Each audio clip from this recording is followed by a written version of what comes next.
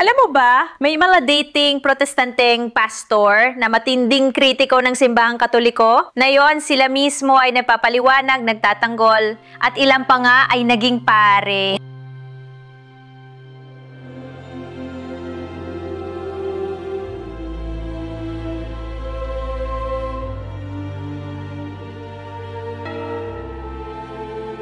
Dating evangelist na nagsabing idolatry daw ang rebulto, na yun ay nagdarasal sa harap ng altar. Sa kanilang pag-aaral, unti-unting nabasag ang kanilang kamangmangan. Hindi pala haka-haka ang pananampalatayang Katoliko. May kasaysayan, may lohika at higit sa lahat, may katotohanan. Hindi ito simpleng emosyonal na desisyon. Ito ay bunga ng masusing pagsusuri, pagbabalik loob, at pagsuko sa katotohanan. Interesado kang malaman kung paano nila natuklasan ang katotohanan? I-click ang link sa description para sa mga mas malalim na episodes. May video kami tungkol sa kung paanong ang Biblia ng Protestante ay nagmula rin sa simbahang Katoliko. Baka magulat ka. Thank you for watching this episode. If you appreciate the love and effort we've poured into it and haven't subscribed yet, nako, now is the perfect time to hit that subscription button.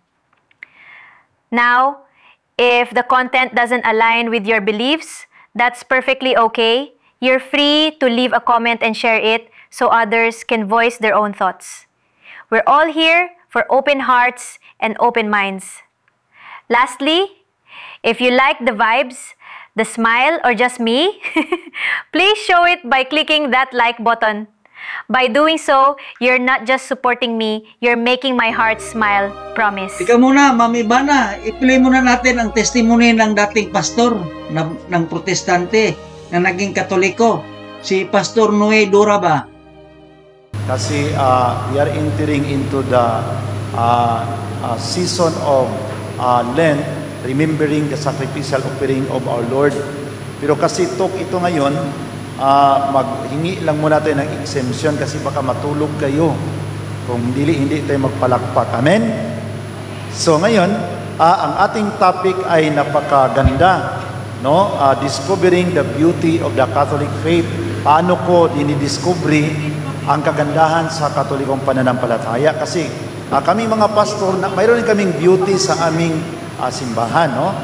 Ma-attract, no? Madaling ma-attract ang mga youth. Na ang ganda dito, maganda ang sayawan doon, no? Sa ibang mga sikta. So mayroon kaming mga bagay na ginagawa na parang nagiging beautiful rin kami, no? So sa Catholic faith, bilang isang pastor for 15 years na hindi ko rin inaakala na magiging isang Katoliko ngayon. Kasi ang aking mga magulang at aking mga kapatid ay lahat sila mga pastors and pastura. So wala sa aming isip na magiging Katoliko. Pero ito ay nandyan sa isip ng Diyos. Amen? So, ang nagiging association na kami ngayon sa buong Pilipinas, so, dumami kami.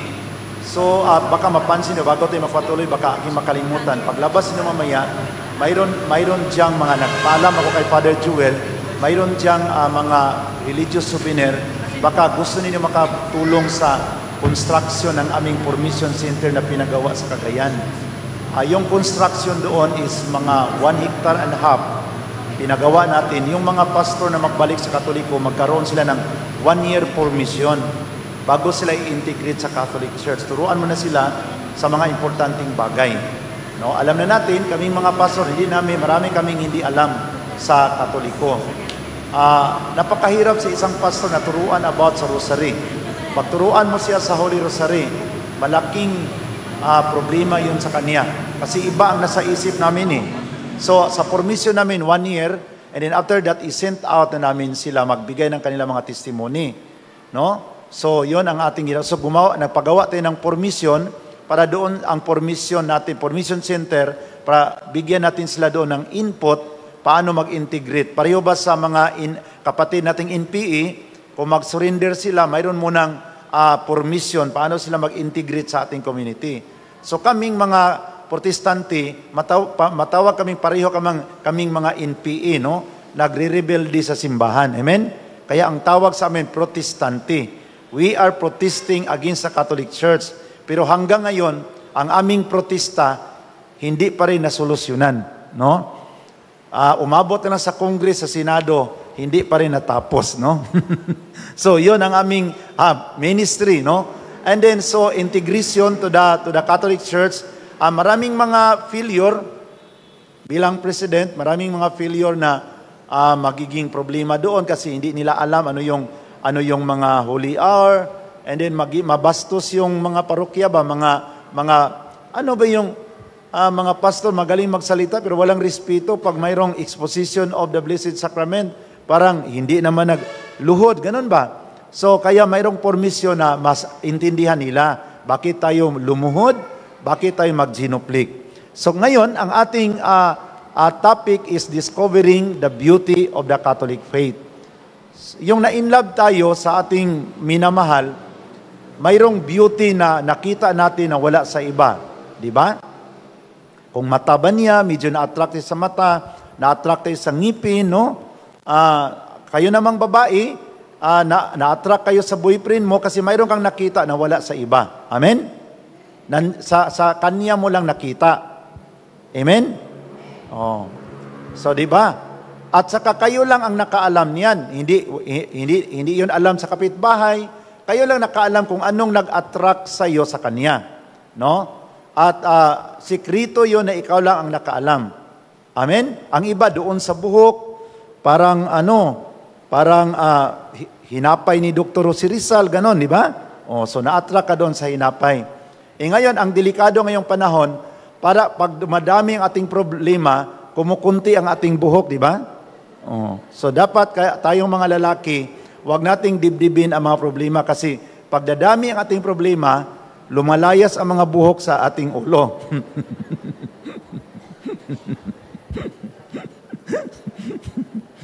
So, palakpakan muna natin si Lord. So, ang akin palang assistant nandyan sa likod is si Brother Court, no? Isang binata. Single, available, but negotiable. Amen?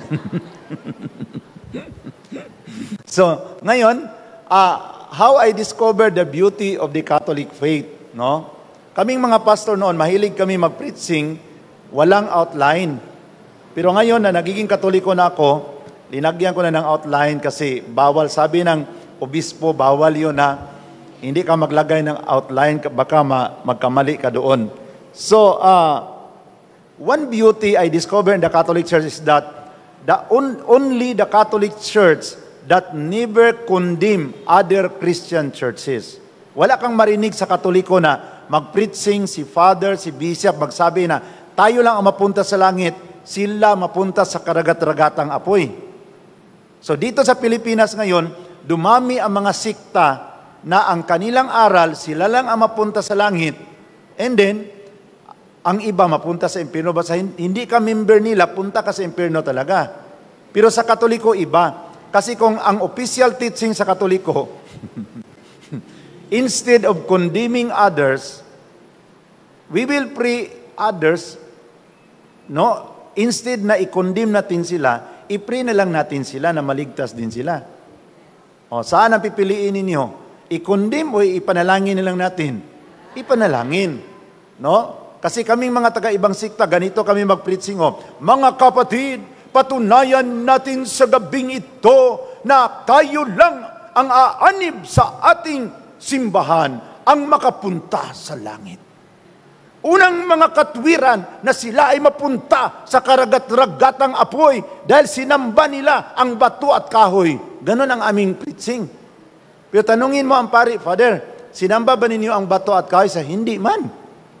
Hindi man namin sinamba. Kayo man lang ang nagsabi na sinamba namin. Diba? So, ganon kami, para kaming Supreme Court na nanghusga. Then naka-Amerikana pa kami, naka-niktar Supreme Court talaga, di ba? Oh.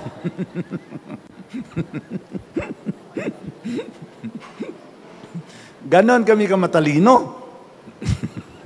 Pag mag-preaching kami, din tanungin mo kami, ngayon Brad, kung kayo lang talaga ang maligtas, kasi nalaman namin na ang iglesia ninyo natatag lang 1912. So ano naman yung mga namatay? 1910, 99, kasi 1912 na kinatatag eh. Ang sagot namin, wala tayong magawa, pasensya na lang sila kasi hindi pa natin.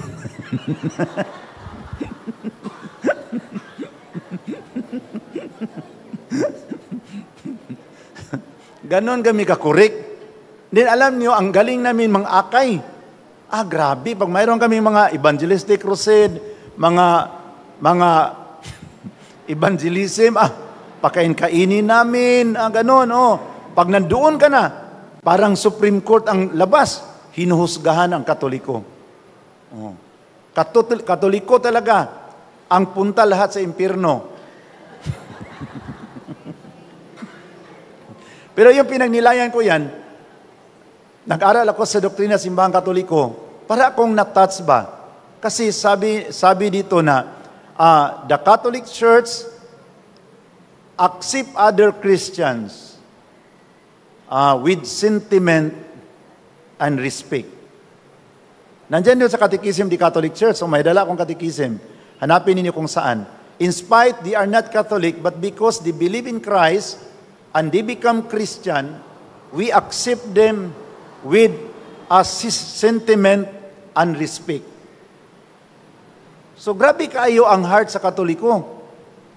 Pero makita natin na the more hinuhusgahan ng Katoliko, the more dumami ang Katoliko. Amen?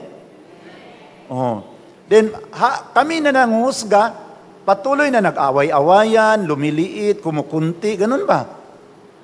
Pero tingnan natin ang Katoliko, kung ano ang grasya sa Katoliko. Kahit na iba-iba ang ating political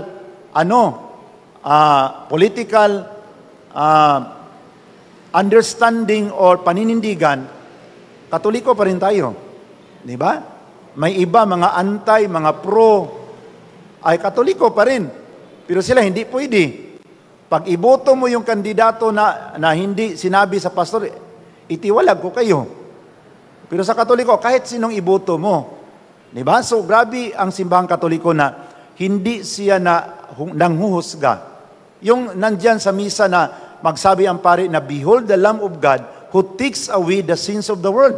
Na ang kordero ng Diyos na ipinako sa cross, ang kaniyang dugo ay para sa buong mundo, hindi lang para sa Katoliko.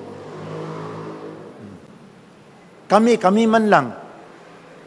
Tayo, pag manalangin kami, mag-iyak-iyak pa kami. Salamat, Lord. Kami lang talaga ang maligtas, Lord. Kawawa naman sila, Lord.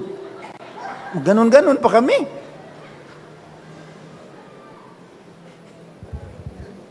Baka hindi nagsagot, baka biglang nagsagot ang Panginoon, ihinto mo yung kasinungalingan mo. Salamat, Lord. Hinirang mo kami. Ipataas-taas namin ang busis namin. Pag manalangin kami, salamat, Lord. Kami lang ang hinirang mo, Lord. Ang mga member naman may umiyak-iyak, yes, Lord, yes, Lord. Pero mabait talaga kami. Hindi ko sinasabi na mga masama kaming mga hindi Katoliko. Mabait kami, pero yun lang doktrina namin.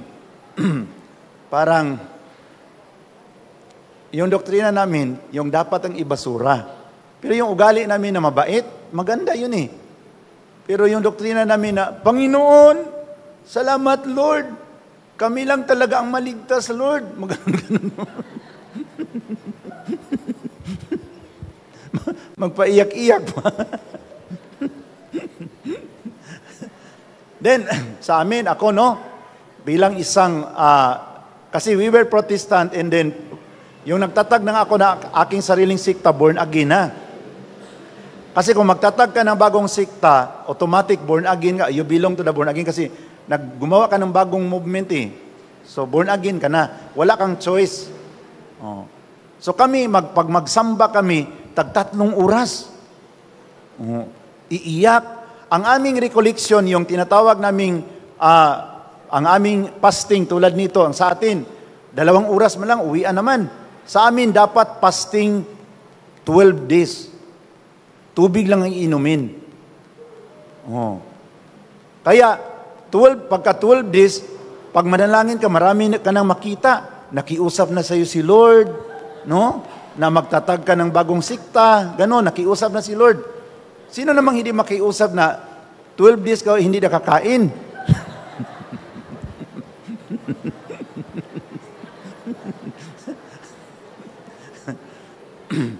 Kaya wag ninyong gawin yan. Nakita ninyo yung aming mga kasama na mayroon kaming kasamang grupo na ang kanilang fasting 40 days. Oh. At ang kanilang pagsamba puro sayaw. Makita mo yung sayaw nila, iba-ibang direction, ibang sa isa kasi 40 days kang hindi nakakain kaya.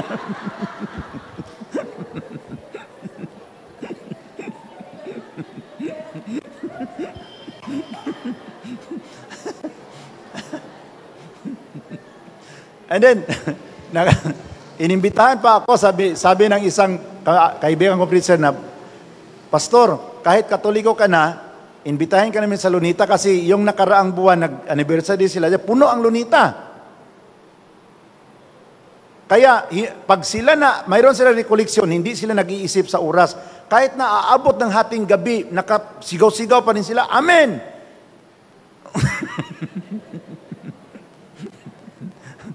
Kasi hindi na nila malaman ang oras kasi pasmo na sila.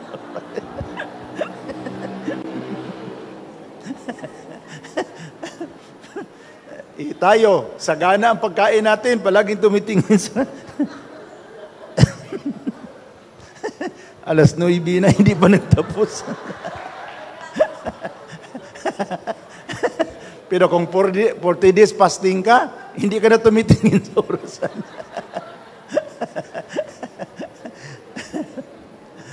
Kaya ganon kami noon. Mag-fasting kami, tag 10 days, 12 days. Ang aking tatay at nanay, nakapasting sila ng 25 days.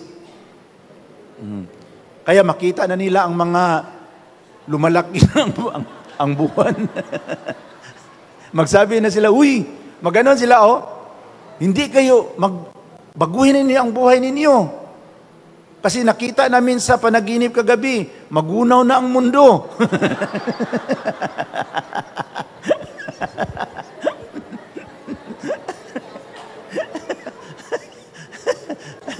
And then, magsigaw-sigaw kami dyan sa mga kalye. Hoy, ano kayo? Magsisi na kayo sa makasalanan ninyo. Mga makasalanan. Ganon yan kasi matagal na yung hindi nakakain, mga kapatid. Kaya ikaw, Katoliko ka, magalit ka. Mali yun. Mali yung magalit ka. Mas mabuti pa, magdala ka doon ng ng pansit, spaghetti ba, at saka soup doon, pakainin mo siya. Tatahimik yun pagkatapos.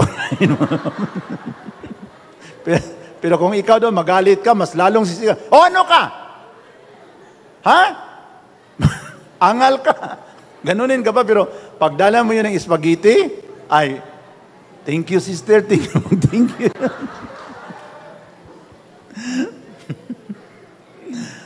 Kaya, the beauty of the Catholic Church, never condemn. Yun ang pinaka-beauty. Kaya nag-usap kami ni Father Joel kanina, ako naman, kahit na Katoliko na ako, kaibigan ko pa rin ang mga pastor. Cebu, mayroon kaming Association of Pastors, Cagayan de Oro, nandito ako. Member pa rin ako. Yung bago pa ako na Katoliko pa, parang pinag-usapan nila na palayasin daw ako. So, pumunta ako sa President. Sabi ko, Reverend, mayroon ba dyan sa konstitusyon natin na kung ang isang pastor Katoliko, itanggalin na sa ating grupo? Hindi yun na-anticipate sa grupo na hindi nalagay doon sa mga batas ba sa aming konstitusyon na pag magkatoliko, itiwalag. So kung nandyan sa ating konstitusyon, layas ako. Wala mang nakasulat. So hanggang ngayon, member pa rin ako. Pag mag-gather ang mga pastor, doon rin ako. Pero yung bago pa akong Katoliko, maraming mga chismis. Magsabi yung pastor na, alam mo, Pastor Nui, galit si pastor sa iyo. Kasi bakit ka daw, nagkatoliko ka. So ano ngayon? Kumakain ka na ba ng dugo? Alam mo naman na ang dugo, bawal yun sa Biblia. Sabi ko, iba, yung nagiging Katoliko na ako, ang mga Katoliko hindi man kumakain ng dugo. Ang daming Katoliko nakita ko kumakain ng dugo. Hindi. Ang kinain sa mga Katoliko, hindi dugo, dinuguan ang kinain nila. O, basahin mo daw dyan sa Biblia, Pastor, kung mayroon bang nakasulat na bawal ang dinuguan. Wala. O, kaya yung ating sinasabi na ang mga Katoliko kumain ng dugo, mali pala tayo. Sabi ng pastor na matanda, talaga? So, doon ko na yung naging Katoliko na ako, mali pala ang mga paratang natin na ang Katoliko kumain ng dugo, dinuguan pala ang kinakain nila, Pastor. Akala ko kumain talaga sila ng dugo. Kung mayroon kang nakitang Katoliko na yung dugo sa baboy, hinigop niya. Delikado yun. Siya ang aswang sa probinsya kung hinigop niya ang dugo. Kaya kung may makita kayong kapitbahay, hinigop niya ang dugo, huwag kang magkumpiyansa. Delikado yun. Kasi ang kinain sa Katoliko, dinuguan, hindi dugo. Basahin mo nga dyan sa Biblia kung wala, alam ko, walang dinuguan na pinagbabawal dyan. Oo nga, so hinto na tayo sa paninira sa Katoliko na kumain ng dugo. Kung ngayon, pwede naman tayo mag-video. Maniwala ako sa iyo kung mayroon kang video na hinigop sa isang Katoliko ang dugo. Pero kung wala kang video, hindi ako maniwala. Kasi ang kinain talaga sa Katoliko, dinuguan talaga. Walang nakasulat sa Biblia na bawal ang dinuguan. So the Catholic Church is really a mother church. Nanay ba? Kita mo yung nanay? Kahit na gaano ka makasalanan sa anak, hindi yun nanguhusga sa anak. Impierno ka, ganun. The mother will always pray for her children. Hindi yun nagkukundim ang nanay. So the attitude of the Catholic Church is like the mother. So kami mga hindi Katoliko, kasi kinukundina namin, we are not the mother church. So anong tawag sa amin? We are the daughter church.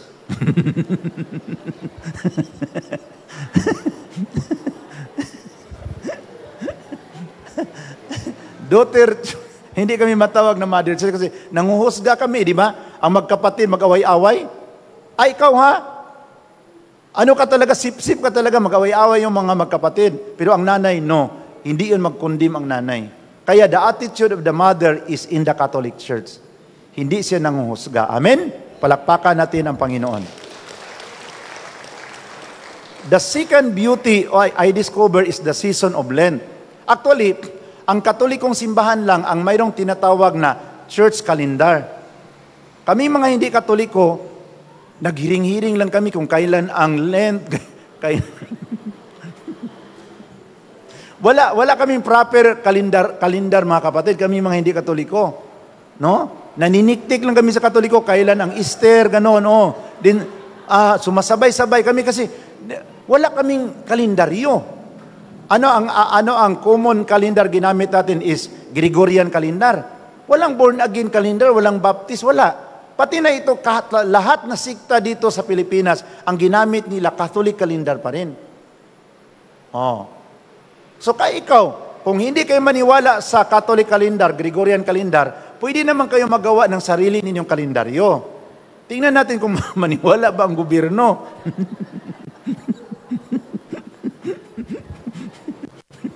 Di ba? Gawa kayo ng sariling kalendaryo ninyo. Kasi ang challenge nila, pag hindi daw nakasulat sa Biblia, gano'n man kami, mga kapatid, ang patakaran natin sa ating simbahan, ang nakasulat lang sa Biblia, ang totoo. Pag hindi nakasulat, itatakwil natin. Kasi yung mga aral na yan, yung mga sinasabi sa mga taong yan, ay hindi totoo, hindi nakasulat sa Biblia. Pati yung Gregorian calendar, saan yun sa Biblia? Sabi ko, wala yung mababasa sa Biblia. Ngayon, bakit naniwala ka sa Sunday, Monday, Tuesday? Nakasulat din sa Biblia. Bakit naniwala ka sa Luzon, Visayas, Mindanao? May mabasa ka ba? National Capital Region sa Biblia? Wala kang mababasa. Bakit naniwala ka na nandito ka nakatira sa National Capital Region? Kung ganon ang prinsipyo mo, pag hindi nakasulat sa Biblia, hindi totoo. Pati yung apelido mo, hindi nakasulat sa Biblia Paano ka nakumbinsi na totoo yung apelido mo? Hindi nakasulat sa Biblia. So ginaganon ko mga kapatid. So I discovered this beauty of the Catholic Church na para akong baliw noon. Sa pastor pa ako ba? Bakit papasok to sa aking mga isip? Kasi patakaran namin, pag hindi nakasulat sa Biblia, hindi totoo. Metro Manila, wala sa Biblia. Northern Luzon, Central Luzon, pati na Philippines, hindi nakasulat sa Biblia. Ngayon, kung ang panindigan mo, nakasulat lang sa Biblia ang totoo, patay ka niyan. Pati spaghetti, hindi ka kakain, mang-inasal kasi hindi nakasulat yun sa Biblia. Chowking, Jollibee, McDonald's. Awayin ka sa mga anak mo kasi paborito sa mga bata ang Jollibee.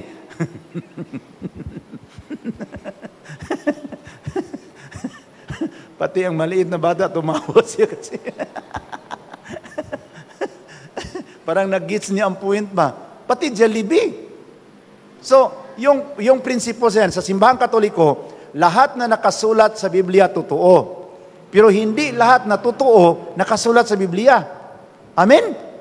Oh, yun ang panindigan. Pero mali man yung sa amin. Ang lahat na totoo, all truth, only recorded in the Bible. Grabe, mali talaga mga kapatid. Ang sagot sa Katolikong simbahan, hindi. Ang lahat na nakasulat sa Biblia is truth. But not all the truth recorded in the Bible. So doon ko nabuksan aking isip, mali pala kami. So ngayon, sabi ng aking lolo na protestante, kami daw ang may-ari sa Biblia, mga protestante. So, pag maglakad-lakad kami, dito namin linilagay ang Biblia sa aming kilikili power. Kasi kami ang may-ari. Ngayon, nag-isip ako, kasi ang aming doktrina, Bible alone, wala nang ibang libro na tama, Biblia lang. Naisip ko, bakit ang laki-laki sa library namin? Kung Bible alone lang ang aming paninindigan, ang laki-laki sa aming library. Thousands of books nandyan sa aming library. So mali yung doktrina namin na Bible alone. Bakit nag-collect kami ng ibang libro? Di ba? So sir, di ba ang doktrina natin Bible alone? Only the Bible is the truth. Bakit nag-collect tayo ng marami, ang laki-laki sa library natin? Sabi niya, Noe, mag-aral ka na lang dyan, huwag ka nang magtanong-tanong.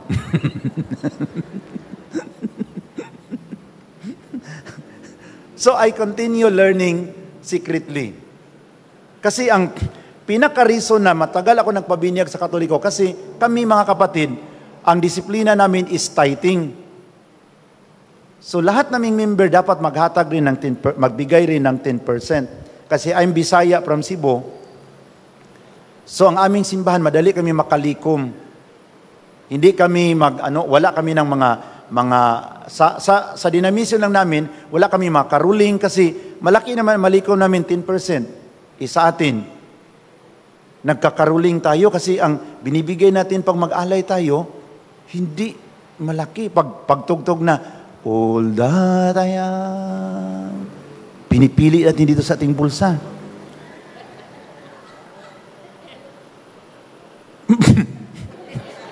Pagtingin ang nahawakan, 500, binalik. I lay them down before you, Lord. Ang hinanap pala niya, 20 pesos kasi.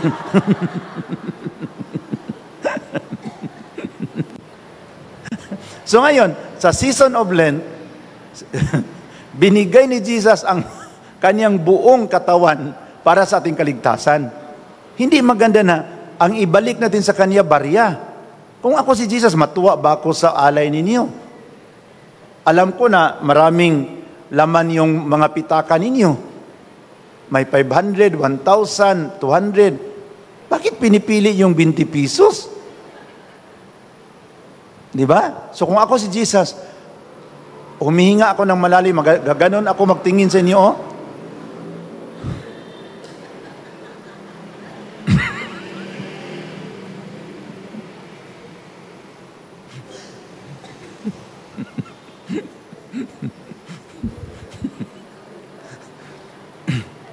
Pati si Ninoy Aquino, nakasimangot ang mukha sa 500. Kasi isip niya, hindi talaga ako makapasok ng simbahan. Doon na ako makapasok sa mga inasal, mga Jollibee. Kaya ang mukha ni Ninoy Aquino nakaganon, oh.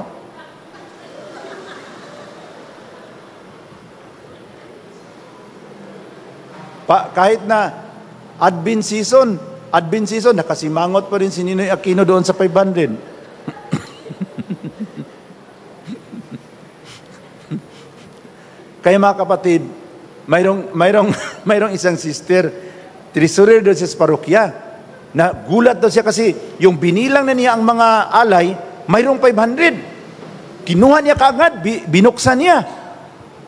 Pagbukas na niya sa 500, nakita daw niya, nag-smile daw si Ninoy. Gumanon daw.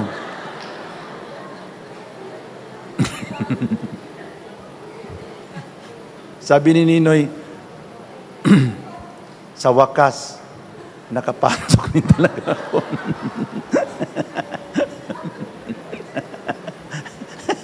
Kaya ngayon, kaya tayo mga Katoliko, palungkot-lungkot tayo sa season of Lent, pero pagdating sa alay, barya lang ang linagay, wala pa rin kwenta mga kapatid. Malungkot pero barya lang binigay. Ang totoong nalungkot sa pag-alay ni Jesus, suklian niya ng kayo na nakaalam. Kayo na lang magsagot. No? So, it talks about giving. Anong sabi sa Romans chapter 8 verse 32? Kung kayang binigay sa Diyos ang kaniyang anak para sa ating kaligtasan, hindi ba niya kayang maibigay ang inyong hinihingi sa Kanya? So in this season of Lent, there is a challenge na dapat isipin natin kung gaano kamahal sa Diyos ang Kaniyang anak, kaya niyang ibinigay sa atin. Na sabi ni Apostol Pablo, hindi ba niya kayang maibigay ang inyong hinihingi? Anong hinihingi ninyo? So karamihan ang hinihingi natin, trabaho, pira, relationship. No? Sa mga babae na 30 years old na, wala pang nanligaw, hingiin mo ngayon in this season of Lent, Lord, kinakabahan na ako, Lord, kasi wala pang nanligaw sa akin.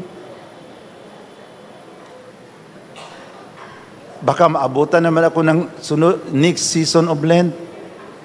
Kaya Lord, ito ang aking hihingiin ko. Dapat kung hihingi ka, seryoso ka talaga. Sino naman Panginoon magbigay siya kung tatawa-tawa ka sa paghingi mo?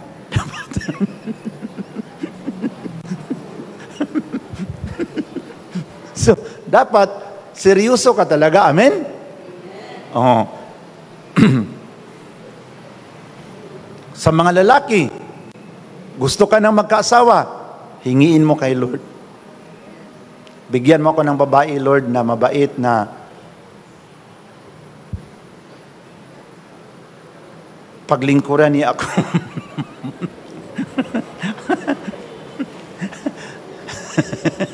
Paglingkuran niya ako hanggat tatanda ako.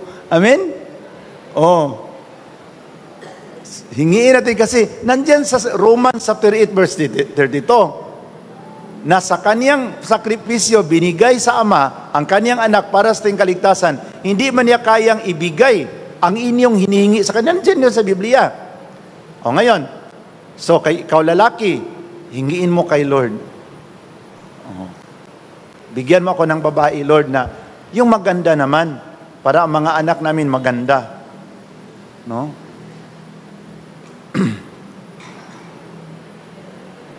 Mabait, may trabaho, at maganda. Ikumplituhin mo. Huwag kang magsabi na, bigyan mo lang ako ng asawa. Ngayon, kung bigyan ka na hindi maganda, pagtingin mo, nanalangin ka ulit, Lord, hindi siya. Kasi hindi mo kinumplito. O ngayon, dapat kumplituhin mo, baka magsisi ka.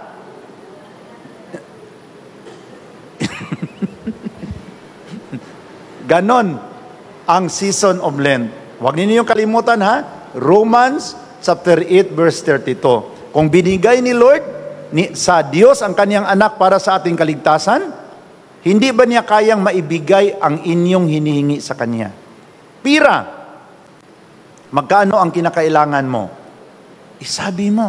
Habang nandyan ang katawan ni Jesus sa bibig mo, isabi mo sa kanya, ilang milyon ang pangangailangan mo. Ang iba dyan, ang kailang hinihingi, Lord, bigyan mo lang ako ng pamasahe, Lord, para may pamasahe ako everyday, mag-attend ng misa. Di pamasahe lang ibinigay sa iyo. Alam nga naman, bigyan ka ng 1 million, puro, maganda lang ang katawan, Lord, makakain 3 times a day, kontento na ako. Yun lang ay binigay. Kasi yun mga hinihingi mo. So, hihingi ka ng malaki. Amen?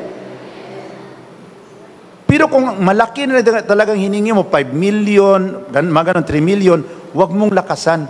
Kasi kung makarinig yung nakaupo sa tabi mo, siya rin ang unang magreklamo. Ambisyoso, mabayang ito, 5 million ang hiningi. Saan kayo siya mamumulot ng pira? So dapat, dapat, between you and the Lord. Yung nagiging Katoliko na ako para walang gulo, pumunta na sila sa court para mapalayas ako doon sa simbahan. So sabi ko doon sa chief elder, sabi ko, Kuya, wag na lang kayo magpunta sa court kasi ibabalik ko yung lahat na property sa inyo. Wala akong dadalhin. Bukas bibinyagan ako sa Katoliko. Babalik ako sa Katoliko na walang dala. Itong lahat na property sa inyo na to. I will return to the mother church alone. Ako lang mag-isa. Wag na kayo magpunta sa court. So yung galit nila sa akin, medyo na-calm. Pero pumunta rin sila sa court. Pero na-reject sa piskalya kasi religious man yun. Religious disagreement. Property. So, nag-advise sa akin ng abogado, Pastor, ikaw talaga ang manalo. Ikaw ang founder So, ipaglaban mo to. Sabi ko, ako ang founder. Pero alam ko na hindi ko to pira. Itong mga mayaman na binipaktor sa aming sikta ang nagbigay, kaya para walang gulo, ibalik ko to. Yung nagiging Katoliko na ako, mga kapatid, nagtinda-tinda na lang ako ng mga gulay sa Cebu. Yung aking mukha na parang artista, nagiging parang mukhang basuriro ng mga kapatid. Nagtatanim na ako ng mga tangad. Noon sa pastor pa ako, nakaniktay, parang manager sa BPI Bank. Ngayon, parang mamumulot ng basuriro. Kaya ang nasa isip sa aking mga pamilya, na karma ako, mga kapatid. Yung aking nanay na 82 years old, palaging umiyak, Noe, balik ka sa pagkapastor na. Tingnan mo yung sitwasyon mo, butot balat ka na lang. Sa pastor ka pa. Yung hinapay mo, napakaganda. Ngayon, kunti na lang mga buhok na iwan kasi lugaw-lugaw na lang ang pagkain. Kaya, ang pinakamasakit, mga kapatid, na nasa isip sa aking mga kasamang pastor na ganun ako. Ganun ba? Something wrong in my mind. Bakit ako nagkatoliko? Sa sobrang hirap. At doon ako in the sacrament of the Eucharist, I understand na ang sakramento sa Eucharist is the celebration of the once for all sacrifice of our Lord Jesus Christ. Noon, pag mag-preaching ako, mga kapatid, lapit lang tayo kang Kristo, tanggapin natin siya at lilinisin kayo sa kaniyang makapangyarihang dugo. Tanungin ninyo ako, Pastor, saan ang dugo ni Kristo? Hindi na importante. Tanggapin lang natin siya. Kasi ang dugo sa ating Panginoon Kristo, His blood, is not anywhere, but is in the sacrament of the Eucharist. Amen? Palakpakan natin si Lord. Nandyan sa sakramento, sa Eucharistia. Because the blood of Jesus, His sacrificial offering on Calvary becomes alive, becomes present in the celebration of the Mass. Nagiging buhay ang sakripisyong ginawa ni Kristo doon sa Kalbaryo sa pamamagitan ng Sacrament of the Eucharist. Ang mga tao na walang panahon na magiging saksi sa pag-alay ni Kristo sa kaniyang buhay doon sa Kalbaryo kasi hindi pa sila lang magkaroon sila ng pagkakataon to become part of that once for all celebration by the only begotten Son of God by attending the sacrifice of the Mass. Amen? Palakpakan natin ang Panginoon. So doon mga kapatid, yung grabe na aking hirap, pag nandyan na sa aking bibig ang katawan ni Jesus, hinihingi ko sa Panginoon, Lord, hirap na talaga ako, Lord. Ang aking mga kapatid, mga pastor at pastora, akala nila sa akin na siraan ng pag-iisip.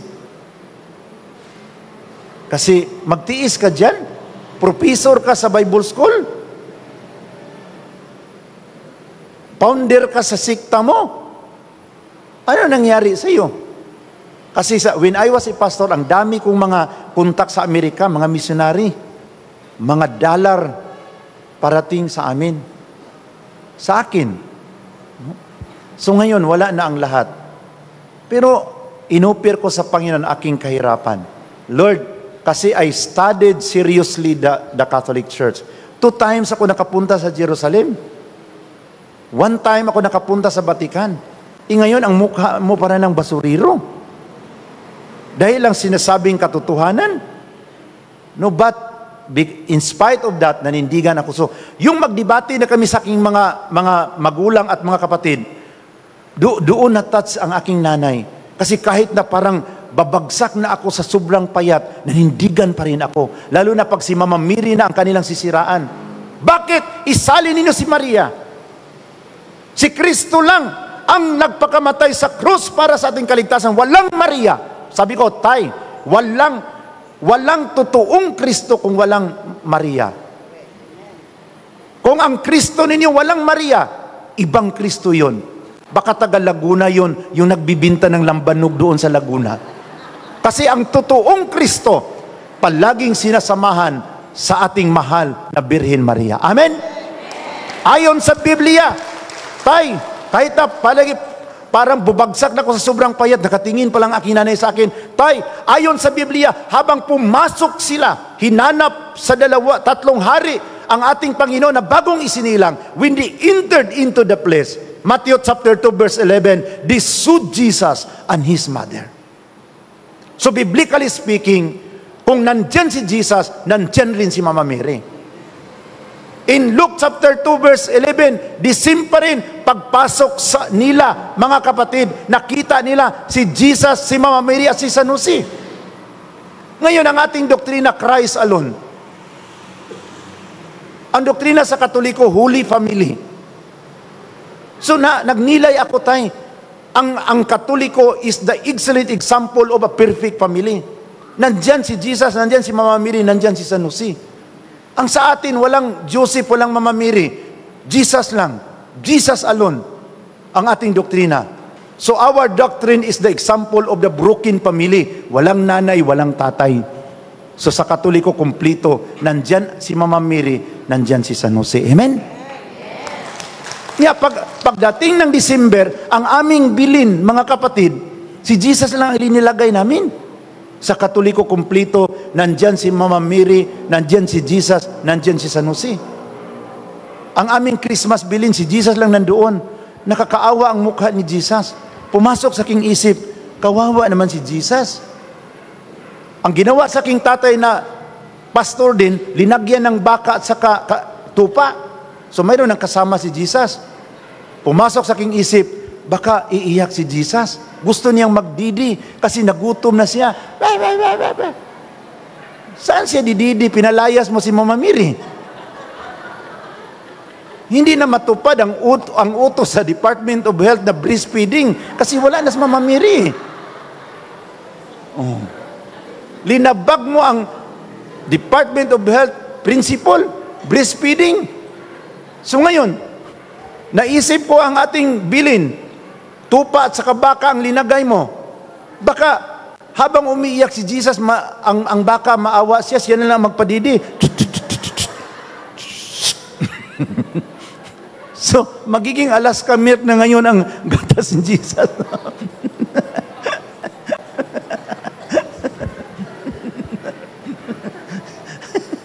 Alam niyo mga kapatid, 2 years of argument, counter-argument.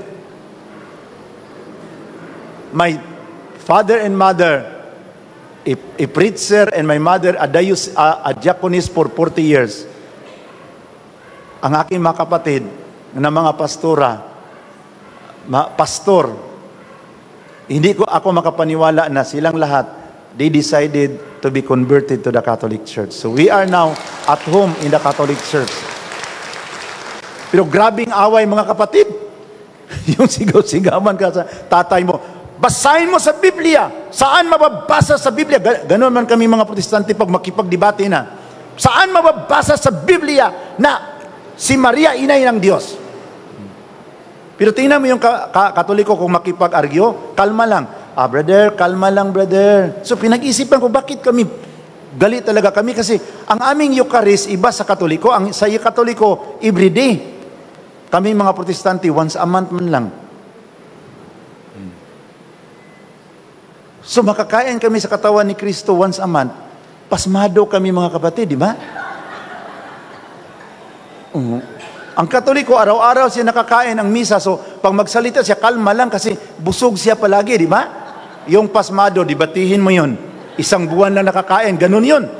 Saan sa Biblia? Basahin mo! Kasi resulta yun sa pasmo niya eh.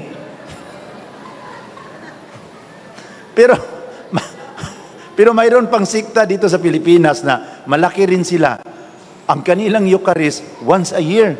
Mas grabe ang pasmo nila mga kapatid. Once a year lang sila makakain. Hindi ko na lang isabi kung sino, basta dito marinig natin yun sila. Ang Eucharist sila once a year. Okay lang protestante once a month. Hindi talaga grabe ang pagkapasmo namin mga kapatid. Kaya pag makipagdebate kami, gusto kami suntukan. Sige. Pag di mo mabasa sa Biblia. Kaya, when I study seriously the scripture and the history, na 100% na convinced talaga ako na Katoliko. Kasi nagbisita ako sa bahay ni Mama Mary and Joseph sa Nazareth. I was there 2 times. Pag magpunta ka ngayon doon, isang simbahan lang ang nakatayo mismo sa bahay ni Jesus and Mama Mary. The largest basilica in the Holy Land is in Nazareth, the Church of the Holy Family. At doon ka magulat, masurpresa. Pagpasok mo doon sa entrance of the house of the Blessed Virgin Mary, there is only one church standing at the very side. Walang iba, ang simbahang Katoliko. So ngayon, pagsabihan mong hindi Katoliko, malayo sa history. Kasi imagine ka, the Catholic Church has an actual claim na silang totoong simbahan. Bakit? Silang nakatayo mismo sa bahay ni Jesus. And when I ask question about the historical churches in the Holy Land, walang renovation sa mga simbahan sa Holy Land. Kahit na pader, hindi mo yun mapabago. Ang pintura, kung walang approval sa Santo Papa. So, Katoliko ang totoong simbahan. Bakit hindi sa kanila maghingi ng approval? Kung sila ang true church. The government of Jerusalem recognize the Catholic Church is the rightful custodian and owner of all historical churches. Sabi ko sa aking mga pastor, kung sa argumento mo, kayo talaga ang totoo, bakit hindi ninyo kumbinsihin ang gobyerno sa Israel? I-present niya ang mga argument nila sa Biblia para kayo ang mag-take over doon sa simbahan sa Nazareth. Kasi sabi mo, ikaw ang totoo ayon sa Biblia. Tingnan natin kung maniwala ba ang Supreme Court sa Israel. Kaya ang mga pastor mag-calm sila. Do not convince me about the verses because I was a pastor.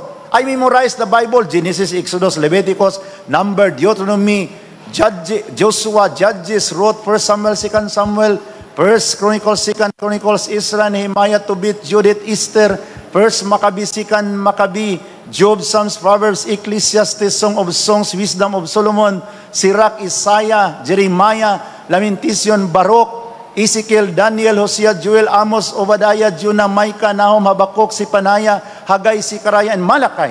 Matthew, Mark, Luke, and John, Acts, Romans, 1 Corinthians, 2 Corinthians, Galatians, Ephesians, Philippians, Colossians, 1 Thessalonica, 2 Thessalonica, 1 Timothy, 2 Timothy, Titus, Philemon, Hebrew, James, 1 Peter, 2 Peter, 1 John, 2 John, 3 John, Jude, and Revelation. I memorized the Bible, even the subdivision of the Bible. Ngayon, i-convince niyo ako sa mga verses of the Bible. Diyan ako galing eh. At ngayon it is proven beyond reasonable doubt, the Catholic Church is the actual custodian and owner of the historical churches. Ngayon, puntahan natin sa Jerusalem. Kaya maraming mga pastor na, sige pastor, magkatoliko na kami. Pastor, mabuhay ba kami dyan kung magkatoliko kami? Sabi ko, nabuhay nga ang mga ibon, tayo pa ba? Ngunit dadaan, tulad sa akin, sa pastor pa ako, ano ang benefits na nangyari sa akin ngayong katoliko na ako? Sa pastor pa ako, ang laki-laki sa aking tiyan, parang 7 months ang aking tiyan. Ngayon, katoliko na, slim na mga kapatid. Diba? So, mayroong benefits. Baka patay na ako ngayon kung pastor ako kasi ang laki-laki sa dollar na matanggap ko every month, wala na, high blood na ako. Kasi dumaan ako ng paghihirap, nag-slim ako. So ngayon, pag mapacheck up ako sa doktor, normal lahat. Baka kung nanatili pa kong pastor, puro kain ng masarap, dahil sa mga malaking dollar, nagpapahinga na ako ngayon mga kapatid. Pero ngayon, God is good all the time. Amen? Palakpakan natin si Lord. The fourth beauty I discovered in the Catholic Church is that only the Catholic Church officially recognized the Blessed Virgin Mary. Katoliko lang ang nag-officially recognize. Lahat ng mga sikta sa Pilipinas, rini-reject si Mama Mary. Imagine ka. Kung ako si Jesus, na-imagine ko noon, pastor pa ako mag-preaching, kung ako si Jesus, mahalin niyo ako. Imagine ka kami, kung mag-worship kami mga born again, tag 3 hours. Umiiyak pa, I love you, Lord, and I lift my voice. Iyak lahat. Ngayon, naisip ko na, mahal ninyo ako, pero inaway ninyo ang aking nanay. Kahit pa 5 oras kayo magsamba sa akin, walang kwenta. You love me, but you hate my mother? I'm not interested of your love. Paano magiging kumplito ang kaligayahan sa girlfriend mo kung mahal mo siya pero you don't like her mother? Sabihan mo ang girlfriend mo na, I love you so much, Jenny Lynn. But sorry talaga, I don't like your mother. Hindi ko siya type. Di ba? Paano masaya ang girlfriend mo? I love you so much. I cannot live without you.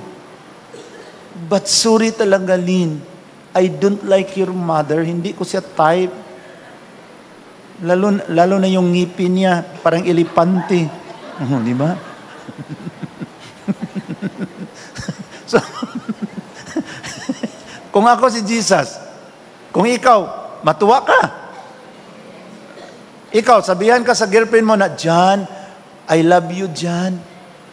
Kasi pag ang mga babae, in love sila sa atin, yung nag-edad pa tayo ng 18, 19, ang gandang-ganda pa sa buhok natin. Di ba nakita ninyo ang ating mga girlfriend? Pag tumitingin sa ating mukha, gumaganon.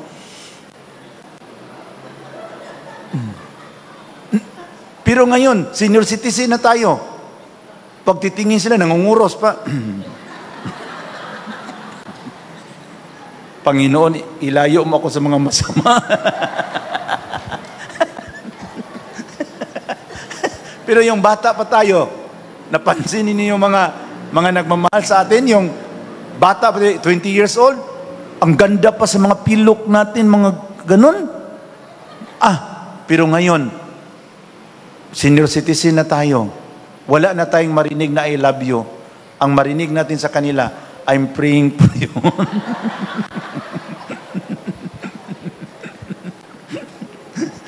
Diba? So, kaya, mga brothers and sisters, if you love Jesus, doon ko na-realize, if you love Jesus, but you don't like His mother, paano magiging joyful ang birthday ni Jesus, December 25? kung hanggang ngayon, itinatakwil ninyo ang kaniyang nanay, doon ako nakarealize. Paano man yung mga instrumento namin na tag-milyon ang aming yung mga sao namin? Grabe, milyon yung mga sao namin. Pagpasok mo pa lang doon sa simbahan, parang umiiyak ka na.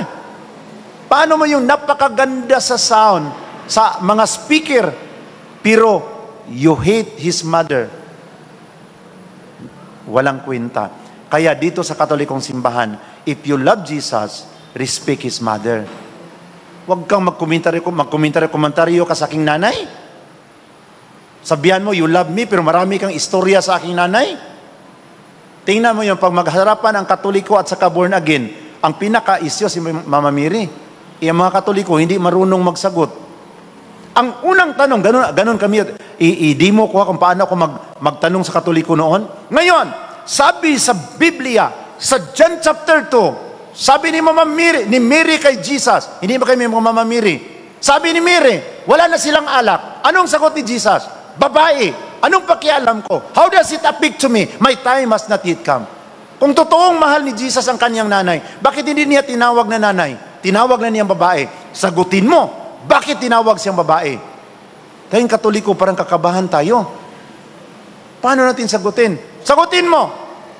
Sagot, bakit tinawag siyang babae? Sagot ka kaagad. Hinga ka muna. Dahil hindi siya lalaki.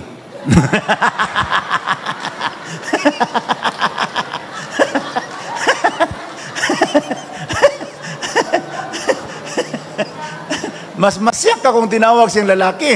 Bakit tinawag ni Jesus na babae si Mama Mary?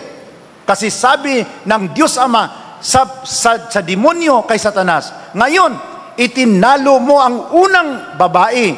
You defeated the first mother, but the second mother will come and defeat you.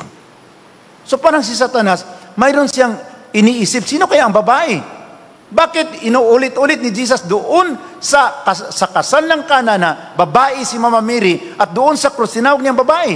Kasi gusto ni Jesus ipaalaala sa atin, ipaalam sa atin na ang nanay niya, siya ang katuparan sa hula na sinasabi sa Genesis 3:15 na may babaeng darating para harapin si Satanas.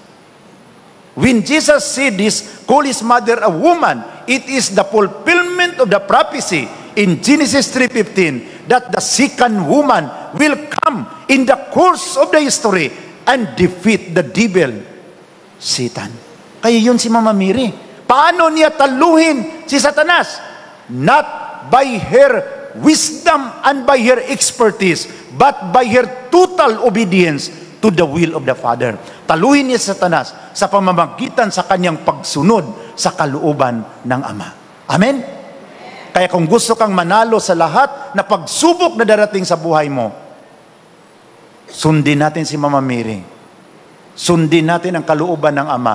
Tiyak at siguradong magiging matagumpay tayo sa lahat ng mga challenges at problema sa ating buhay. Obey the will of the Father. Like Mama Mary, he said, be it unto me according to your word. And the angel Gabriel, according to Luke chapter 1, verse 26 to 36, the angel Gabriel was sent from God to a woman engaged to a man whose name was Joseph in the house of David, and the woman's name was Mary. And coming to Mama Mary, the angel said, Hail, favored one, the Lord is with you.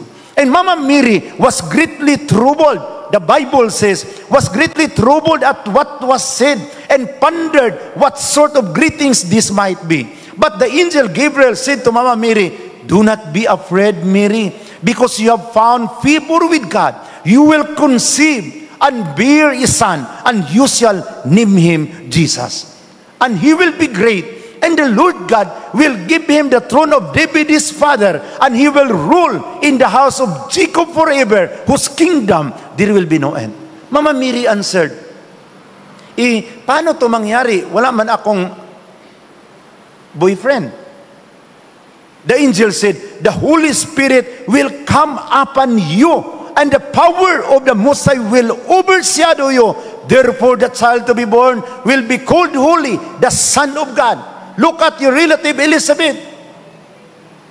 She also conceived a son in her old age, and this is now 6 months for her who is called barren, because nothing shall be impossible with God. Sa Bisaya pa, tanawa, ang imong agaw nga si Elizabeth, nagminopause na. Apan bisag nagminopause na siya, nagbuntis siya, ikaunom na kabulan sa pagbuntis, kay walay butang nga dili mahimo sa Dios. Amen? Imagine ka, nagminopause na si Elizabeth, ganun na maglakad, oh. Pero 6 months pregnant. Oh. So kung si Elizabeth nagminopause, anong tawag sa kanyang asawa ni Zechariah na mas matanda pa sa kanya? Kung si Elizabeth nagminopause, sigurado si Zechariah, nikopause.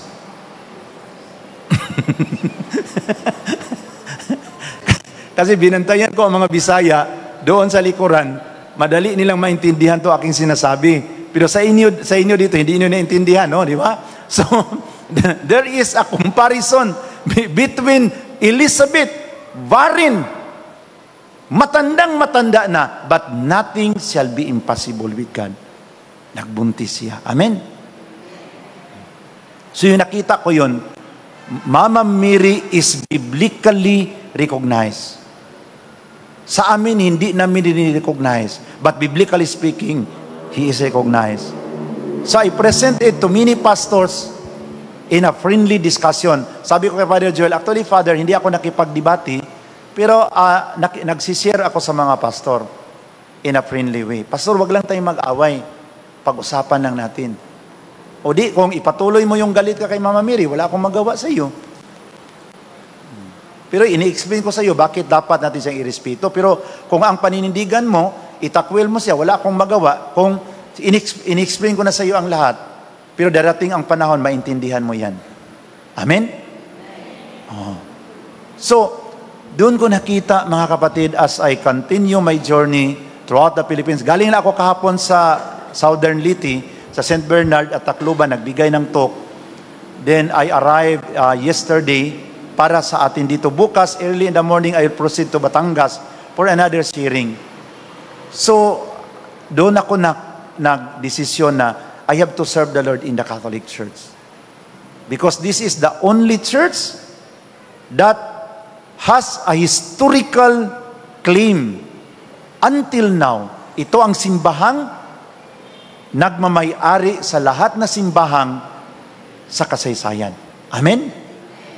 Pangalawa, ito ang simbahang nagbigay sa totoong katawan at dugo ni Kristo.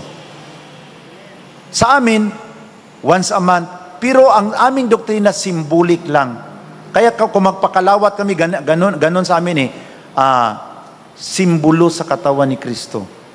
Kaya walang kapangyarihan kasi simbolo lang eh. Hindi ka rin mabubusog kasi simbolik lang. Simbolo lang aming doktrina. Paano ka mabubusog kung pakainin ka ng simbolo na pansit, simbolo na spaghetti, at saka painumin ka ng simbolo na Sprite? Hindi ka talaga mabubusog. So, in our liturgy, there is no spiritual satisfaction. Paano ka masatisfy sa simbolik? Pero dito sa Katoliko, pag yung nag-attend tayo ng misa, taimtim tayo na nanalangin, hindi tayo nag-usap-usap, tingin-tingin sa cellphone, nakapokus tayo sa Holy Mass, and then pagkain natin sa katawan ni Jesus, we close our eyes, we talk to Jesus. You will have a spiritual satisfaction. Pero yung ibang mga Katoliko, pagkatapos nandiyan na sa bibig ang katawan ni Jesus, balik sa upuan, nakipag-usap-usap sa kanilang mga kumare, Marie, kumusta ka, Marie? Wala kang spiritual satisfaction.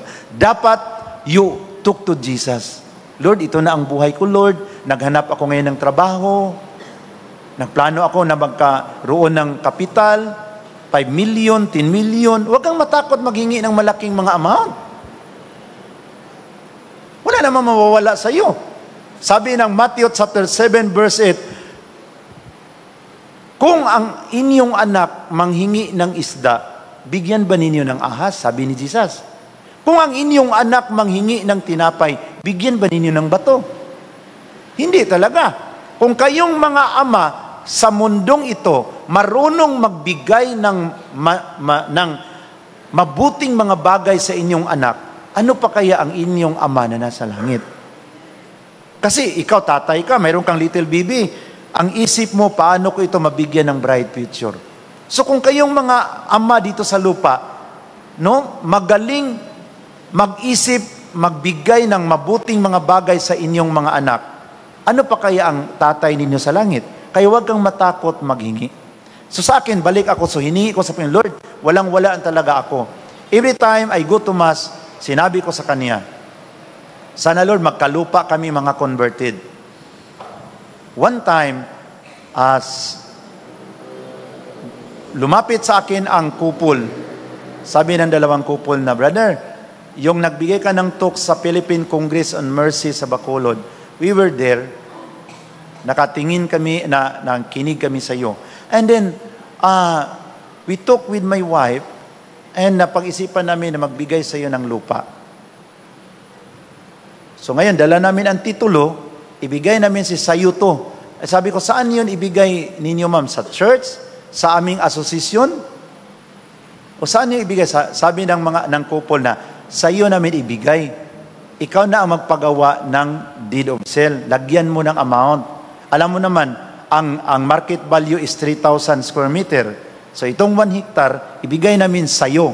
So kung magawa ka lang ng testament na pag mamatay ka na, mabalik yan sa simbahan. So sa intention sa mga couple, tinanggap ko rin. Yun ang answered prayer.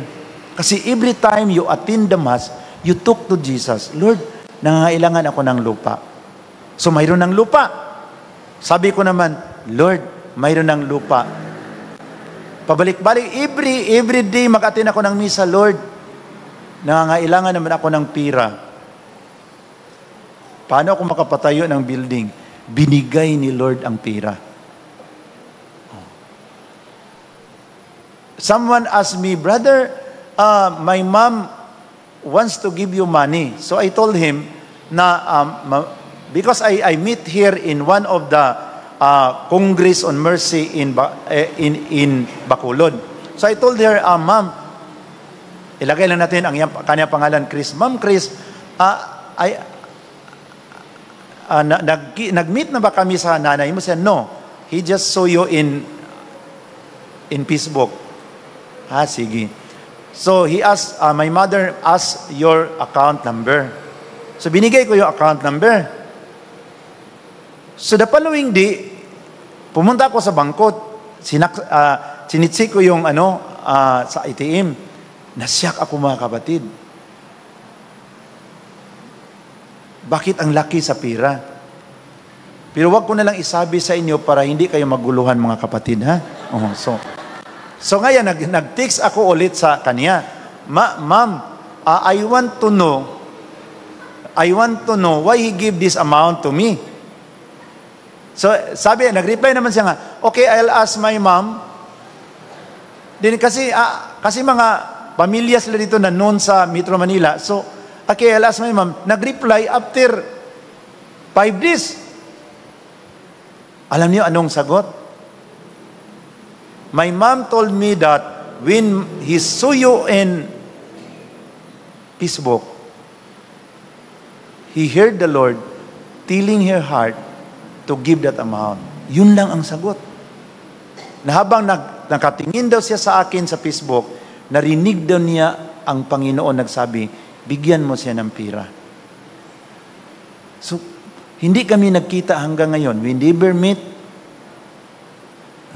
Hindi na rin ako namimilit na maghingi sa kanya ng cell number. Baka isipin niya na manghingi pa ako ng dagdag, no? So I never force the woman to give the number of his mother. Basta nasyak lang ako. Kaya nakapagpatay kami ng chapel, nakapagpatay kami ng kasi dalawang lupa ang binigay, General Santos City at saka Cagayan de Oro City. Mayroon kaming Cebu rin na under construction. So kaya God is a merciful God. Kausapin mo lang siya in the Eucharist. Kung gusto ka na aabot ka ng 100 years, sabihan mo si Lord, Lord, iabot mo ng 100 years ang aking edad. Kasi pag hindi mo yan klaruhin, delikado. Baka biglang nag-atake, patay. Lord, bakit namatay ako? Sabi ni Lord, bakit hiningi mo ba sa akin na aabot ka ng 100 years? Hindi mo hiningi. Oh, ngayon ako pang sisihin mo. Sabi ko nga, hingiin mo at pagbigyan ka. Iklaro mo kung magkaano ang edad na gusto mo. Amen? Oh, palakpakan natin si Lord. So until, brothers and sisters, by the grace of God, no, dumami kami, ngayon, nag-ikot kami sa buong Pilipinas, marami na kami, kaya nangailangan kami ng permission, kaya isang paraan na pag-isipan namin, magbinta-binta kami ng mga souvenir, para habang the construction is ongoing, nagbibigay ako ng talk, then mayroong mabili, makatulong din doon sa building materials. Huwag kayong mag-alala kasi ibalik yon ni Lord sa inyo. Kasi hindi yun para sa akin, para yun sa construction. Kaya dyan, pwede tayo magbili dyan pagkatapos sa ating talk. Amen? So, and until na yung nakita ko na lahat, I made my decision na I'm now 51 years old, just celebrated my birthday last December. I promised to the Lord na, Lord, dito na ako magpakamatay sa simbahang Katoliko. I will offer my life in the Catholic Church. Then hindi man ako nakapag-asawa. So sabi nila, brother, hindi ka ba mag-asawa? So nga, ang dami nagparamdam sa akin, pero hindi na pwede. Bakit? Alam niyo mga kapatid, bukas punta ako ng Batangas. Pagkada following day, punta naman ako ng Cebu. Pagkada next day, punta naman ako ng Davao. Hindi ako makapag-build up ng ideal family kung ganun ang buhay ko. So kaya kayo ngayon na may asawa at sa buhay ninyo, mahalin ninyo ang asawa niyo kasi gift of God yan. Mayroong magmahal sa iyo, mayroong maghanap sa iyo. Kami ni Father Joel, walang maghanap sa amin. Kasi kung mayroong maghanap-hanap sa amin, magiging isyo kami. Bakit ganun? Bakit concern siya? Di ba? So kaya kami si Father Joel, we are celibate and we offer our life totally for the service of God. Kasi nakita namin na hindi siya ideal kung mayroon kaming wife. Tulad sa akin, palaging umaalis. Kung pilitin ko magkaasawa, baka ang aking panganay na anak magiging kamukha sa aking driver, mga kapatid. Di ba? Palagi akong wala doon. No? So, paano kayo makapag-build up ng strong, ideal family? Tulad sa, mayroon akong kasamang pastor na schoolmate na may asawa siya, ang ganda sa kanyang talent. Pag mag-preaching siya, grabe talaga. Hindi alam sa aking classmate, ang kanilang 3 anak, ang tatay, ang driver nila. So kaya napag-isip ako nga, Lord, natakot man ako, Lord. Kasi yung classmate ko, 3 anak niya, ang driver, ang tatay. Pero nalaman nila, malaki na ang mga bata, biglang pumunta sa US ang wife. At doon sa wife, tumawag sa aking classmate na pastor, umiyak. Love, hindi ko na talaga makayanan ang pangluluko ko sa iyo. Kaya, inarrange ko na ito lahat sa mataas na panahon. Kasi itong 3 bata, hindi ito sa iyo. Hindi ko makayanan na you are a man of God, pero linuluko ko kayo. Uuwi ka, binigay mo ang lahat sa amin. Kaya gusto ko magtiis dito sa Amerika bilang OFW, janitor, kaysa masaganang buhay kasama sa iyo, pero linuluko ko kayo. Kaya patawarin mo ako. So, sabi niya, Pastor Nui, nasaktan ako, sobra akong nasaktan. Gusto na akong magkatoliko. Sabi ko, Pastor, hindi ko kayo tanggapin kasi magkatoliko ka lang kasi iniwan ka sa asawa mo. Dapat magkatoliko ka kasi na-discoveryhan mo na ito ang totoong simbahan. So ngayon, friend pa rin tayo pero hindi pwede na, I will accommodate you dahil lang naiwanan ka sa wife mo. Dito, magka-girlfriend ka naman dito sa Katoliko din, iwanan ka na naman, transfer ka naman doon sa Methodist. Dapat, ang conversion mo is the truth. Amen? So kaya, dumami kami, and my mother, the last reason na gusto kong i-share sa inyo is the Catholic Church is only the church that has a sacrament of anointing. Huwag ninyo itong kalimutan, ha? Kasi sa amin, wala kaming sacrament of anointing. Pag malapit nang mamatay ang mga member namin, pabayaan na lang namin doon sa hospital na mag-agaw buhay. Magganon.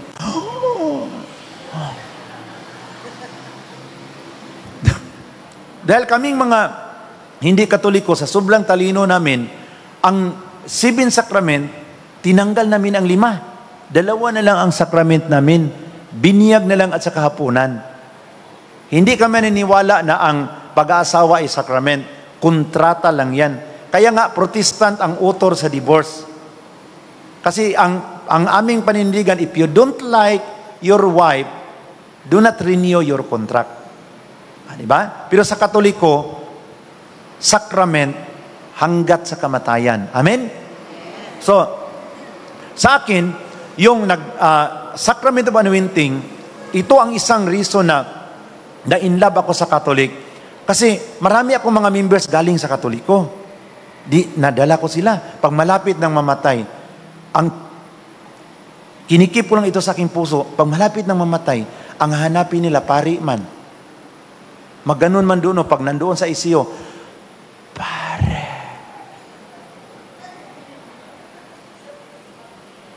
Wala mang nagsasabi na, pastor. Magsasabi doon sa, pare. Then, mayroon akong isang Katoliko na aking binipaktor na Katoliko noon, na convert ko pagka born again. 87 ng edad. Last year namatay doon sa hospital. Hinanap ako sa anak, Pastor, saan ka? Sabi ko, nandito ako sa Negros. Ma'am, sino ba to? Sabi na ako, kasi si si Manay. Manay man ang tawag namin sa Bisaya. 4 months na hindi makatayo, bedridden, pero Pastor, naghanap siya ng pari eh. Nandito ako sa Negros, sabi niya, may kakilala ka bang pari? Kasi kami, 1991 pa kami nag-alis sa Katoliko. Sabi ko, maghanap ako ng pari. Sige. Kaya si Manay daw, pag 4 a.m. sa magdamag, in the morning, gigising daw. Magsabi, mag-imbita kayo ng pari dito. Sabi daw sa anak na babae na, Ma, alam mo naman na 1991 pa tayo umalis sa Katoliko. Wala natin kakilalang pari. Bakit hindi na lang yung apo mo? Mayroon kang 2 apo na pastor.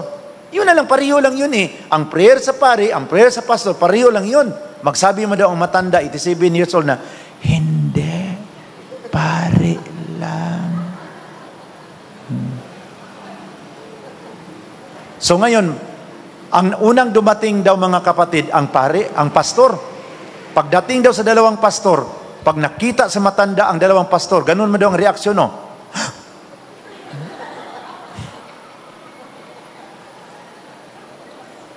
And then lumakas daw paghinga.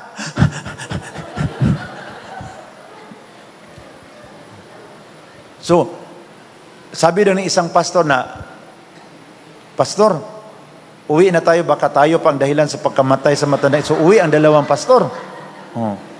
Pagdating daw sa pari, yung aking inimbitaran, pag nakita daw sa matanda ang pari, ba doon sa ICU ang matanda, pag nakita daw sa matanda ang pari, ganun daw ang reaction sa matanda, Pinilit sa matanda na mag-smile kahit na napakabigat sa kanya kasi sa kanyang sakit. Manon daw ang matanda. Pag anuin sa pari, ang matanda, si Manay, para lang daw natulog, ganun. Kami, yung aking makasamang pastor tagapagmartilyo sa mga ribulto, pag mamatay, hindi nakaklose ang mata mga kapatid, nakaganon na Hindi ganun, Pastor, close your eyes, Pastor. Gumaganon yun. Then, nanalangin ako kay Lord. Sabi ko kay Lord, Lord, seryoso ito.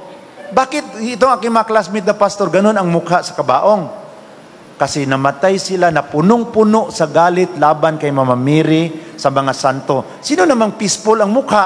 Kung namatay ka, puro galit kay Mama Mary at sa mga santo. Kaya ang mukha nakaganon.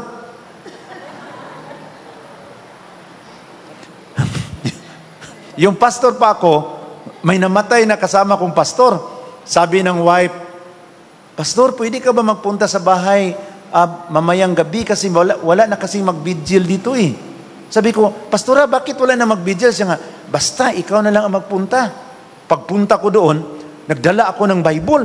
Pagtingin ko sa kabaong, mga kapatid, ang mukha sa pastor, kasi siya man ang tagapagmartilyo sa mga larawan, na ganon ang mukha sa pastor. So pagtingin ko doon, nakahawak ako sa Biblia, pati ako natakot, ganon ako.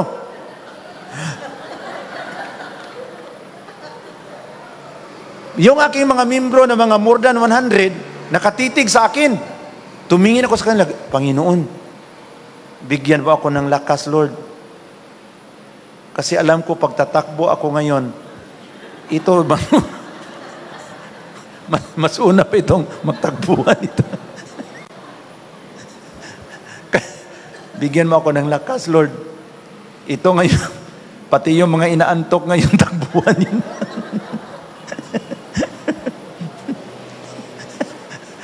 Kaya, nag-analyze ako, bakit ganon?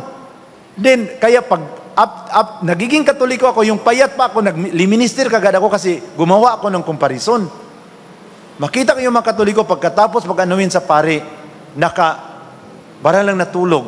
So, binasa ko dito sa Catechism, ang about sa rito of the dying. Ang ganda pala, sinabi dito na,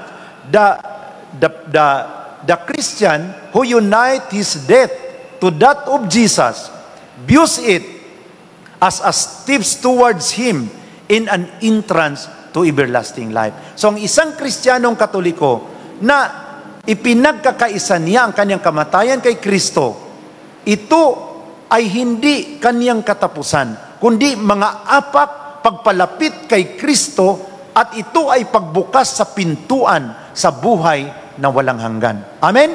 Palakpakan natin ang Panginoon. Sabi ng Catechism, for the last time, the church speak Christ's word of pardon and absolution over the dying Christian, and seals him for the last time the strengthening anointing, and give him Christ in viaticum as nourishment of the journey. And the church will speak the gentle assurance. And the church will say, go forth, faithful Christian from this world, in the name of the Father who created you, in the name of the Son who died for you, in the name of the Holy Spirit who was poured out for you. Go forth, faithful Christian. May you have peace this day. May your home be with God in Zion, together with Mary, Joseph, and all the angels and saints. And may the Blessed Virgin Mary will come to meet you as you go forth from this life. And may you see your Redeemer face to face. Amen. Kaya pag marinig natin yan, mga kapatid, ang sarap mamatay. Amen? Ganon na tayo. Kami mga pastor, kasi wala kaming sacrament o anointing, ang isabi namin sa aming membro na malapit na mamatay, laban lang sis, laban lang. Maganda ba yan? Tayo mang lahat sis mamamatay. Huwag kang matakot mamatay. Ang sagot naman sa malapit na mamatay,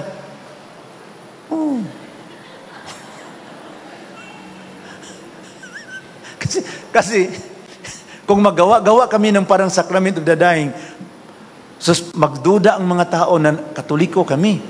Kaya iniiwasan namin yung prayer sa malapit ng mamatay kasi baka magiging chismis kami. Ang pastor doon nagkatoliko-katoliko na. So, kaya ang ganda sa simbahang Katoliko kasi hanggang sa katapusan ng ating paghinga, sasamahan tayo sa simbahan. Amen? And may the Blessed Virgin Mary will come to meet you as you go forth from this life. Dinanalangin ako, Lord, kung ako ang mamatay, Lord, salubungin ba ako ni Mama Mary? Parang sumagot man si Lord, hindi. Bakit man, Lord? Kasi sinunog, minartilyo mo ang kanyang mga larawan. Nasaktan si Mama Mary. Dinalangin ako ulit, sino na lang ang sasalubong sa amin, Lord? Kung hindi sasalubong si Mama Mary, parang sumagot rin si Lord. Sabi niya, huwag kang mag-alala, mayroong sasalubong sa iyo. Sino, Lord? Si Judas Iscariote ang sasalubong sa iyo.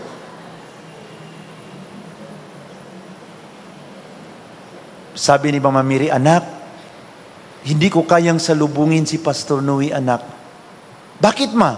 Sabi, Pumasok lang sa aking isip ba nga, parang nag-usap-usap si Mama Mary at saka si Jesus. Bakit ma? Kasi, mga larawan ko, sinunog, minartilyo. Ano na lang kaya kung makita niya ang personal? Picture pa lang, sinunog mo na. Oh. Di ba kung mahal mo ang mga babae, di ba, very emosyonal. Pag ang husband nila nandoon, seaman, matagal makauwi, titig-titigan sa mga babae ang picture sa asawa nila. Ganun, oh.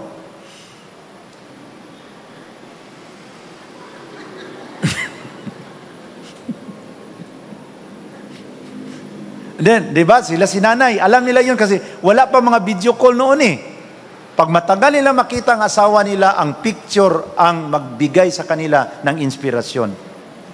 Hindi man nila makita nilang asawa, pero ang picture ang magbigay sa kanilang inspirasyon. Tuwing hating gabi, i-on nila ang ilaw at titig-titigan nila. At hihinga ng malalim, ganun oh.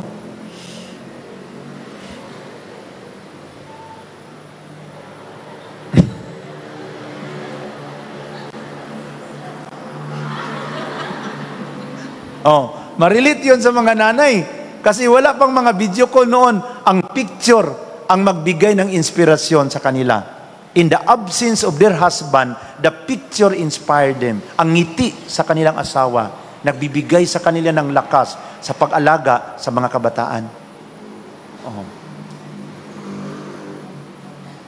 Kami, wala kaming picture. Bawal ang picture. Sabi ng pastor, bakit kailangan pang picture? Sabi ko, importante ang picture. Para pagpasok natin sa langit, makilala kaagad natin ang mga santo doon. Sila si San Pedro, sila si San Pablo.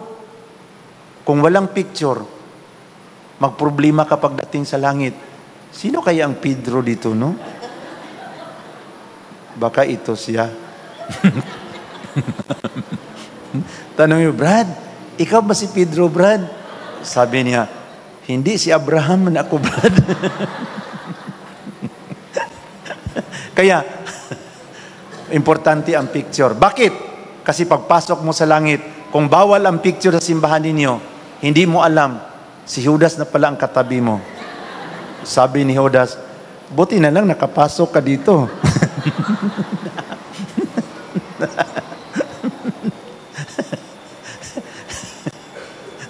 Kaya, ang picture importante ka talaga, no?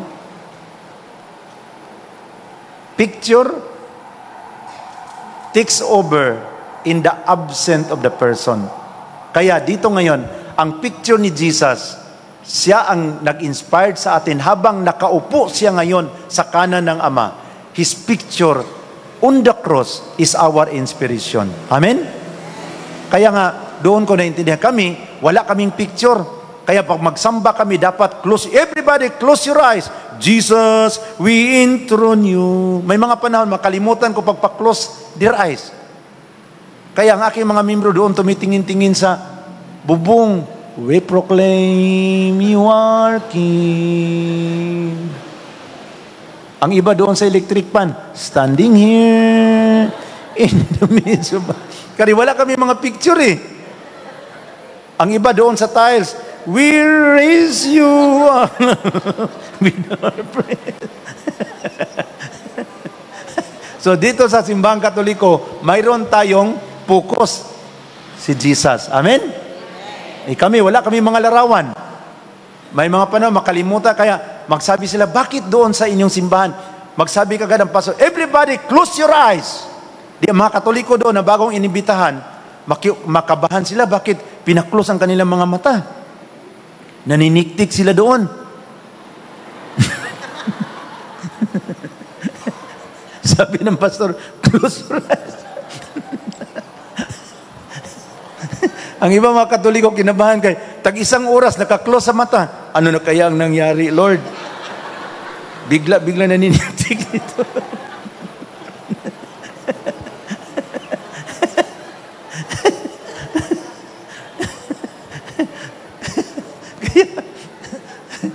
Dito sa Katoliko, bakit hindi tayo inutosang close your eyes? Kasi mayroon tayong mga object. Nandyan ang mga picture ni Jesus na habang tayo ay nagninilay sa kaniyang sacrifice of the cross, mayroon tayong makita. Pastor, paano natin mailarawan ang pagpapako ni Kristo sa cross? Alam mo anong sagot namin? Huwag mo yang gawin, idolatry yan. So, paano mo maintindihan na naipako siya sa cross? Bawal mo isalarawan na pako siya sa cross kasi bawal man sa amin yun. Pero alam ko na ang mga Katoliko na nagiging born again, pagsabi sa pastor na yung ipinako si Kristo sa cross, ang iniisip nila, yung mga larawan ni Kristo sa simbahang Katoliko, ano naman ang isipin nila? Di ba? They will look back to the holy images na nakita natin. So kaya I was so happy na hindi ko man pinaplano na magiging Katoliko, mga kapatid, kasi 5 years ako sa Bible School and then nagturo pa ako sa Bible School. Alam niyo ang aking subject sa Bible School, how to convert Catholic. Kaya ang aking napaaral ng mga pastor hindi bababa sa 50. Pero ngayon ang nakabalik nandiyan na sa mga 30. Pero mayroon pang 20 na naiwan. Palagi akong inaaway araw-araw. Walang kwinta ka. Pinaaral mo kami pagka-pastor, ngayon nandiyan ka na sa Katoliko. Pero I remain calm. Kasi alam ko na darating ang panahon, sila rin magbalik loob sa simbahang Katoliko. So sa ating pagtapos ngayon, hindi ko naman ito matagalan kasi ako naman aalis rin. Sabi ni Father Joel na pwede ka dito matulog pero I cannot sleep here because I have to proceed to Batangas tomorrow. So alam ko rin na kayo rin, marami kayong mga gagawin. So at this moment, let us put ourselves in the presence of the Lord. And as we put ourselves in the presence of the Lord, let us sit properly and put our hands on our lap. Habang nakalagay ang ating mga kamay on our lap, let us close our eyes and let us put ourselves, our mind, in the sacrificial offering of the Lord. Naintindihan natin na ang sakripisyo sa ating Panginoon sa Kristo nagiging buhay in the sacrament of the Eucharist. Kaya dapat tayo mga kapatid na pag mayroong misa, yun ang pinaka-priority natin sa ating buhay. Dahil by attending the sacrifice of the Mass, we become part of that once-for-all celebration, once-for-all sacrificial offering of the Lord on Calvary. So, importante talaga ang misa na makadalo tayo sa mga pagtitipon because by doing that, we become a witness of that once-for-all sacrifice on the cross. Kaya sa gabing ito, habang tayo ay nakaupo, kausapin natin si Lord. Salamat, Lord, sa iyong pag-alay, sa iyong buhay para sa aming kaligtasan. Kaya Lord, ako bilang isang pastor, nagiging Katoliko ako ngayon. Kahit na sa mga privileged people na aking natanggap bilang founder sa aking sariling sikta. Ngunit Lord, iniwanan ko ito at umuwi ako sa simbahang Katoliko. Kaya sa oras na ito, Panginoon, uuwi kami, babaunin namin ang mga katotohanan na ito. Sa aming buhay, sa aming paglilingkod sa inyo. Salamat sa buhay ni Father Joel sa kanyang kasamang mga kaparian na nagiging inspirasyon namin sa pagsunod sa iyong kalooban, sa pakikinig sa iyong mga salita. Kaya sa gabing ito, Panginoon, alam mo ang aming mga suliranin, ang aming mga plano sa buhay. Sabi ni Apostol Pablo sa Romans 8:32, kung kayang ibinigay ng Diyos ang kaniyang anak para sa inyong kaligtasan, hindi ba niya kayang ibigay sa inyo ang inyong mga hinihingi sa Kanya?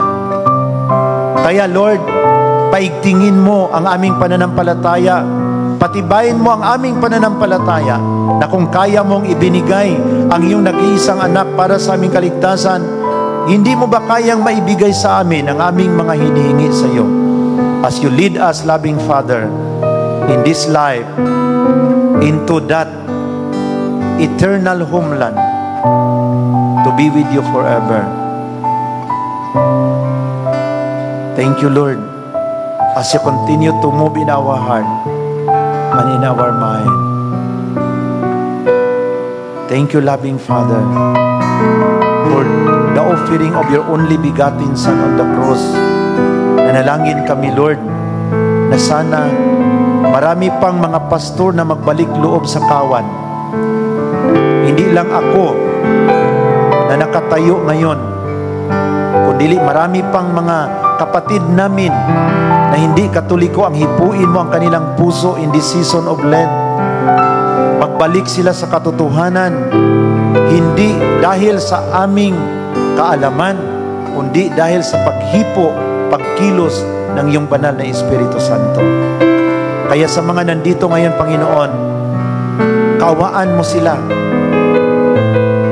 na sa kanilang paglilingkod sa inyo, hindi sila mapapagod, kundi nandyan palagi ang lakas at sigla na paglingkuran ka dito sa parokya in Our Lady of the Annunciation Parish and the Parish of the Incarnation.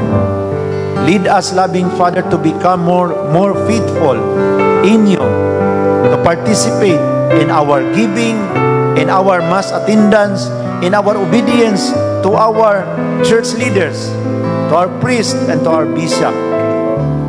Loving Father, thank you so much.